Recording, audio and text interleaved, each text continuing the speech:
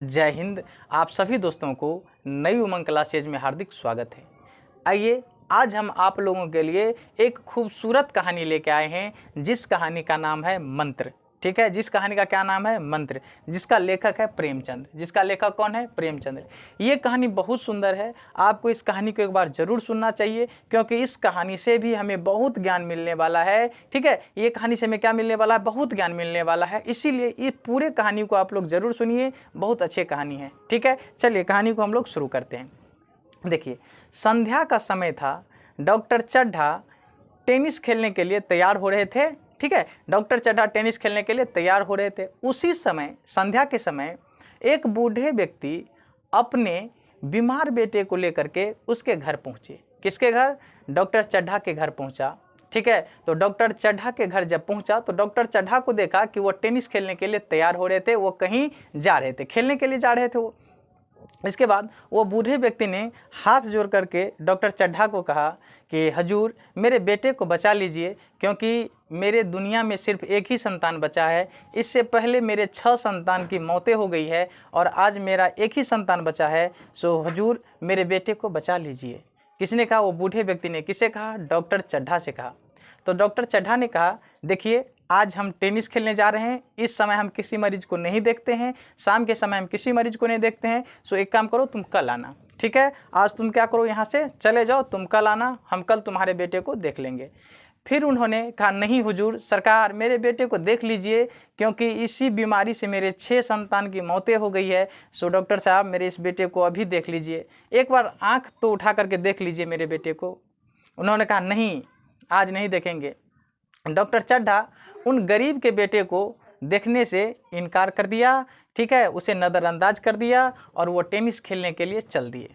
ठीक है, और आगे चल करके जब वो गाड़ी में बैठे तो फिर उन्होंने उस बूढ़े से कहा, कल आना, कल तुम्हारे बेटे को देख लेंगे। और वो क्या हुआ? टेनिस खेलने चला गया। ठीक है, उसके बाद वो गरीब जो बूढ़े थे, उन्होंने उसके बाद किसी डॉक्टर के पास और नहीं गया। और उसी रात उसके बेटे का क्या हो गया? मौत हो गया। उनका बेटा कितने उम्र का था? वो 7 साल का उनका सबसे छोटा बेटा था। उनका भी क्या हो गया? उसी रात मौत हो गई।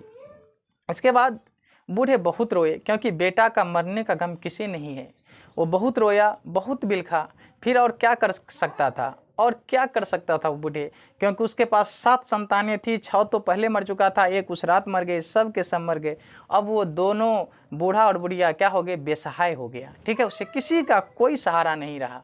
ठीक है, इसके बाद समझिए, बहुत दिन बीत जाने के बाद डॉक्टर चड्ढा ने बहुत संपत्ति कमाया, बहुत पैसा कमाया, बहुत नाम कमाया। ठीक है, और उसके पास 2 संतानें थी, एक था बेटी और एक था बेटा। ठीक है, एक बेटी और एक बेटा था। ध्यान से समझिए, एक बेटी और एक बेटा था। बेटी का भी शादी हो चुका था, बेटा का भी हो गया था, और वह कॉलेज में अध्ययनरत था, पढ़ रहा था। आज उनकी बेटा कैलाश का, डॉक्टर चड्ढा का बेटा का नाम था कैलाश। ठीक है, आज उनकी बेटा कैलाश का 20वीं सालगिरह थी। उन्होंने अपने सालगिरह पर अपने सहपाठियों सबको बुलाया था। उसमें उसका एक परम दोस्त भी था। आपको पता है कि सबका एक परम दोस्त होता है, परम मित्र होता है।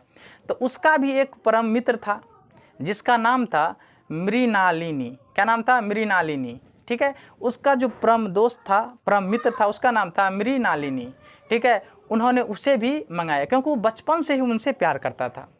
ध्यान से समझिए, कैलाश को सांप के साथ खेलना बहुत पसंद था। ठीक है, सांपों के साथ खेलना बहुत पसंद था, क्योंकि कैलाश ने एक सपेरा से उसका मंत्र सीख चुका था, पूरे ज्ञान ले चुका था। ठीक है, जड़ी बूटियों का भी ज्ञान ले चुका था, और वो सांप के साथ खेलना बहुत पसंद करता था। ठीक है, कौन? कैलाश, जो डॉक्टर चड्ढा के बेटे थे।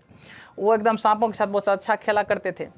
बस उसी दिन क्या हुआ, तो उसका जो परम हितैषी दोस्त था, परम मित्र था, मृणालिनी, उन्होंने कहा कैलाश से कि तुम तो हर एक रोज़ कहते हो कि हम सांप से बहुत अच्छा खेलते हैं, सांप को हम गले में लटकाते हैं, सांप के साथ भर दिन खेलते हैं, आज तुम मुझे सांप को दिखाओ। ठीक है, उनका दोस्त कहा कि तुम मुझे आज क्या दिखाओ? सांप दिखाओ। तो सुनिए, तो कैलाश ने कहा, आज नहीं दिखाएंगे, कल दिखाएंगे। ठीक है, क्योंकि आज घर में बहुत सारे मेहमान सब भी हैं, घर में पैर रखने की जगह नहीं है। आज सांप हम नहीं दिखाएंगे, कल सांप हम आपको दिखा देंगे। परंतु उसका जो दोस्त थी, उन्होंने नहीं माना। कहा नहीं, आज हम सांप देखेंगे तो देखेंगे। उन्होंने मन में ठान लिया और 2-4 दोस्त ने भी उसे क्या की, हवा दे दी कि नहीं, आज सांप देखो तो देखो, हम लोग भी देखेंगे।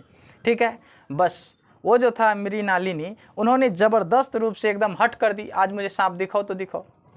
बस कैलाश मजबूर हो गए और कहा ठीक है, आज हम आपको सांप दिखाइए देते हैं। उन्होंने बीन लिया और बजाना शुरू कर दिया। ठीक है, और जिस घर में सांप को रखे थे उनके पास गया, जब बीन बजाया तो सांप सारे एक्टिव हो गए। ठीक है, फिर जा कर के जिस घर में सांप रखे थे उस घर में सांप रखने वाला जो ढक्का होता है, ये डाली जैसा होता है ना सांप रखने वाला, क्या किया तो बस एक एक को निकाला, उसमें से सांप को निकाल करके सबको दिखा रहे थे। ठीक है, क्योंकि उसके पास जरी भी था, सांप डस लेता था तो जरी लगा लेता था, ठीक हो जाता था। मंत्र भी था उसके पास, तो सांप के साथ उसे खेलना भी बहुत पसंद था। किसे? तो कैलाश को। बस सांप को दिखाना शुरू कर दिया। ठीक है, तो एक दोस्त ने कटाक्ष कर दिया। कटाक्ष क्या किया कि नहीं नहीं, सब सांप का जो है ना दांत ये तोड़ दिया होगा, इसीलिए सांप के साथ ऐसा कर रहा है, गर्दन में लटपेट रहा है, ये कर रहा है, वो कर रहा है। तो कैलाश ने कहा अच्छा, सबसे जहरीला एक काला सांप को लिया। ठीक है, कहा कि इसमें बहुत सारा जहर है, चलो मैं इसी का दांत आपको दिखाता हूँ। ठीक है, तो दोस्त साहब ने कहा ठीक है दिखाओ। तो उन्होंने क्या किया, काला सांप को बहुत ज़बरदस्त रूप से ऐसे पकड़ लिया, बहुत ज़ोर से दाब दिया उसका गर्दन। ठीक है, तो सांप जो काला सांप था, उन्होंने सोचा कि इतना ज़बरदस्त रूप से तो आज तक मुझे नहीं पकड़ा था, आज ये लगता है मुझे जान ले लेगा। एकदम सांप अंदर ही अंदर घुसा रहा था, पूरे गुस्सा आ गया और एकदम ज़बरदस्त रूप से जो दाब दिया तो सांप का मुंह बाबाया। तो कहा देखो दांत देख रहे हैं सांप का। ठीक है, कैलाश ने दिखा दिया। उसके बाद जो है सांप का जो दांत सब देख लिया। उसके बाद उन्होंने क्या किया, कैलाश ने सांप को रख दिया।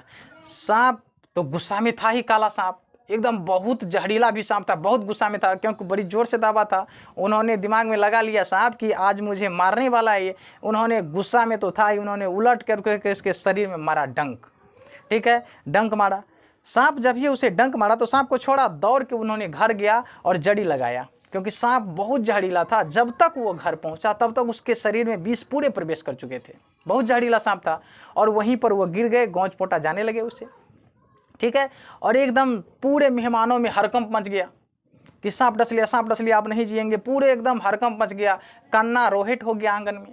ठीक है, उसके बाद एक सपेरा को बुलाया गया और सपेरा जब ही आया उसको देखा तो कहा डॉक्टर साहब अब जो है इसे मंत्र और कोई काम नहीं करेगा, अब ये दुनिया में नहीं है।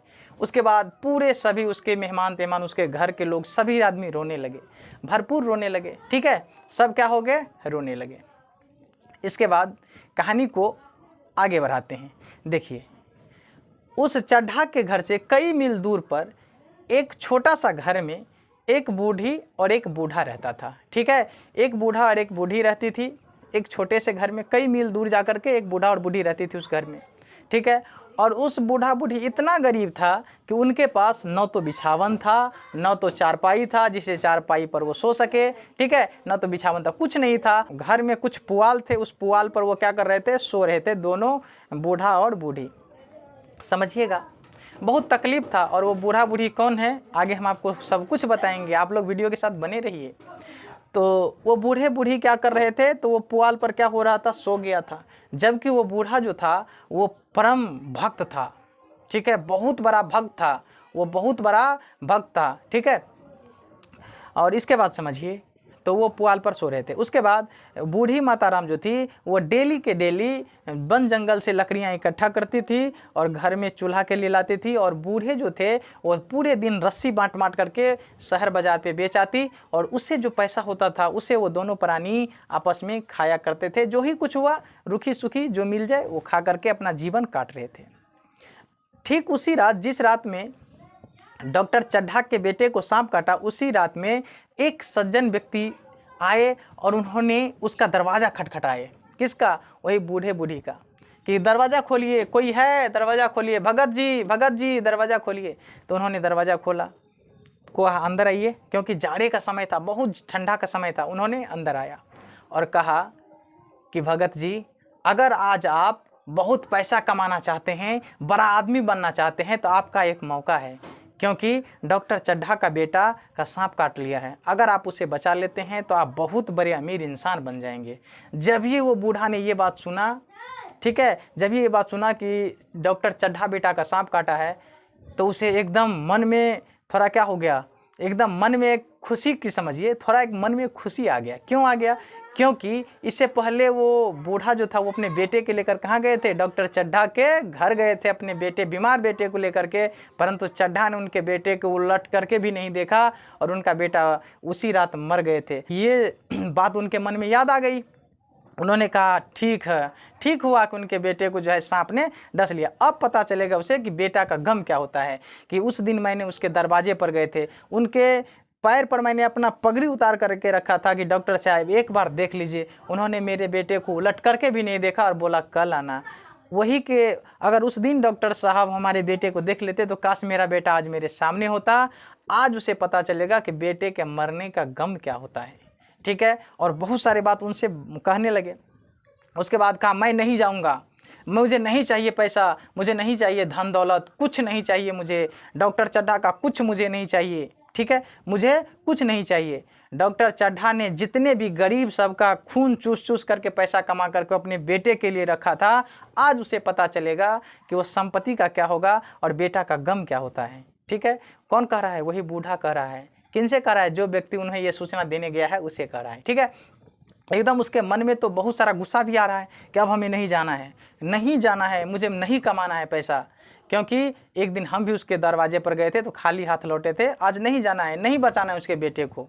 जिस प्रकार मैं अपने पुत्र का वियोग में भोग रहा हूँ, पुत्र का वियोग में भटक रहा हूँ, वो भी अपना पुत्र के वियोग में भटकेगा। मेरा क्या है? 6 संतान मरा, 7वां भी मर गया। मेरे पास तो कोई बड़ा संपत्ति है नहीं जो भोगने वाला चाहिए। उनके पास इतना बड़ा करोड़ों अरबों का संपत्ति है, उसे तो इतना तकलीफ होगा। अब पता चलेगा उसे कि बेटा का मोह क्या होता है, बेटा का दर्द क्या होता है।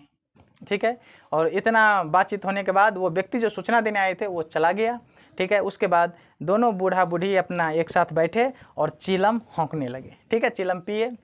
इसके बाद बूढ़ा का मन में एकदम तरह तरह के क्वेश्चनियाँ उत्पन्न हो रही थी। एकदम कभी गुस्सा आ रहा था तो कभी दिल में दया भी आ रहा था। ठीक है, इसके बाद समझिएगा ध्यान से। उसके बाद दोनों बूढ़ा बूढ़ी ने सो गए, पुआल पर सो गए।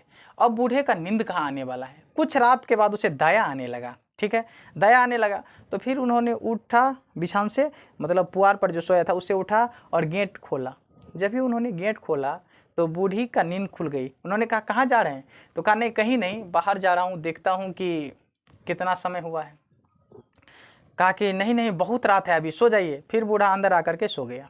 ठीक है, इसके बाद बूढ़ा कौन था? वही भगत जी। फिर भगत जी अंदर आकर के सो गए।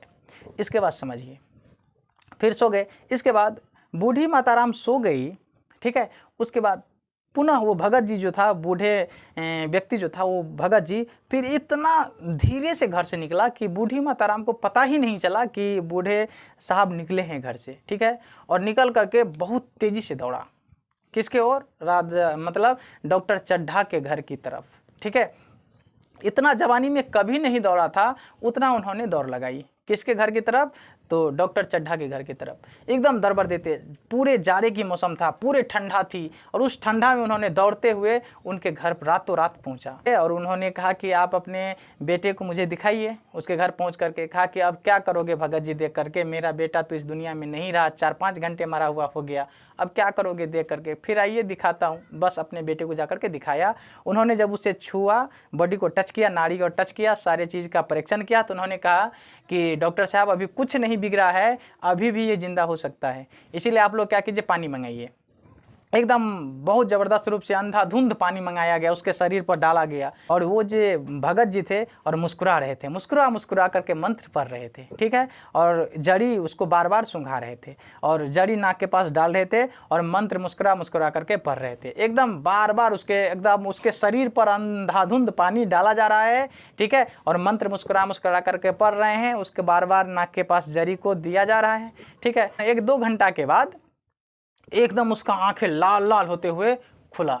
एकदम आंखें खुली, पूरा आंखें खुल गई उसे। जब वो बूढ़े व्यक्ति यानी भगत जी ने देखा कि इसका आंख खुल गया तो वहाँ से वो तुरंत निकल गए। निकल करके इस प्रकार वहाँ से भागे कि किसी को पता ही नहीं चला कि वो किस दिशा में गया। ठीक है, और वहाँ से भागे। वो जब ही आँख खोला वो कैलाश, ठीक है, उसका बेटा का नाम तो कैलाश था, आँख खोला तो उन्होंने पानी मांगा कि मुझे पानी चाहिए, मुझे पानी पीना है, तो तुरंत पानी ला के दिया गया। इसके बाद डॉक्टर चड्ढा ने उन व्यक्तियों को खोजा कि कहाँ चला गया। ठीक है, इधर उधर खोजा, कहीं नहीं मिला, क्योंकि भगत जी के दिमाग में था कि बूढ़ी को जगने से पहले हम क्या हो वहाँ पर पहुँच जाए। ये दिमाग लगा करके उन्होंने सरपट चला गया था और इधर चड्ढा भी खोज रहे थे वो भगत जी कहाँ गए। इसके बाद नारायणी से उन्होंने पूछा कि भगत जी कहाँ चले गए। नारायणी ने भी कहा कि भगत जी होते तो हम बहुत सारा इनाम देते, बहुत मोटे रकम देते, परंतु वो कहीं पर मिला ही नहीं और वो क्या किया, चला गया अपने घर। ठीक है, इसके बाद समझिए, जब वो अपना घर चला गया, ठीक है, तो इसके बाद डॉक्टर चड्ढा अपने दिमाग में सोचने लगे और नारायणी से कहा कि सुनिए, मैंने तो रात में जब वो आया तो मैंने पहचाना नहीं, परंतु कुछ देर के बाद धीरे धीरे इनके और जो मैंने देखा तो धीरे धीरे इनकी शक्ल मुझे याद आई। वही वो बूढ़े व्यक्ति था जिन्होंने कुछ दिन पहले अपने एक मरीज बेटे को, अपने बीमार बेटे को लेकर के हमारे पास आया था। हम उस समय टेनिस खेलने जा रहे थे और उनके बेटे पर ध्यान नहीं दिया। कितना मैंने गलती किया। आज वही व्यक्ति आकर के मेरे बेटे को 4 घंटा मरे हुए मेरे बेटे को जीवन दान दे दिया और हमने उस समय उनके बेटे को देख लेते तो कितना अच्छा होता। और वो अपने इस भूल पर बहुत पछता रहे थे। कौन? डॉक्टर चड्ढा। उन्होंने कहा कि वही व्यक्ति को अगर हम सहायता कर देते तो कितना अच्छा होता। जो मैंने जीवन में वो भूल किए हैं आज के बाद हम कभी भूल नहीं करेंगे। और वो जो भगत जी था वो मेरे जीवन में एक प्रेरणा दे करके चले गए। आज के बाद मैं अपने जीवन में कभी भी कोई बड़ा गलती नहीं करूंगा। मेरे सामने जो भी आएगा मैं उसे दिल से क्या करूंगा, इलाज करूंगा। ठीक है, और वो पूरे जीवन भर इस बात को प्रतिज्ञा ले ली कि अब हम अपने जीवन में कभी किसी का दिल नहीं दुखाएंगे। ठीक है, तो ये था कहानी मंत्र। ठीक है, आपको कैसा लगा ज़रूर बताइएगा। मिलते हैं नेक्स्ट क्लास में। जय हिंद।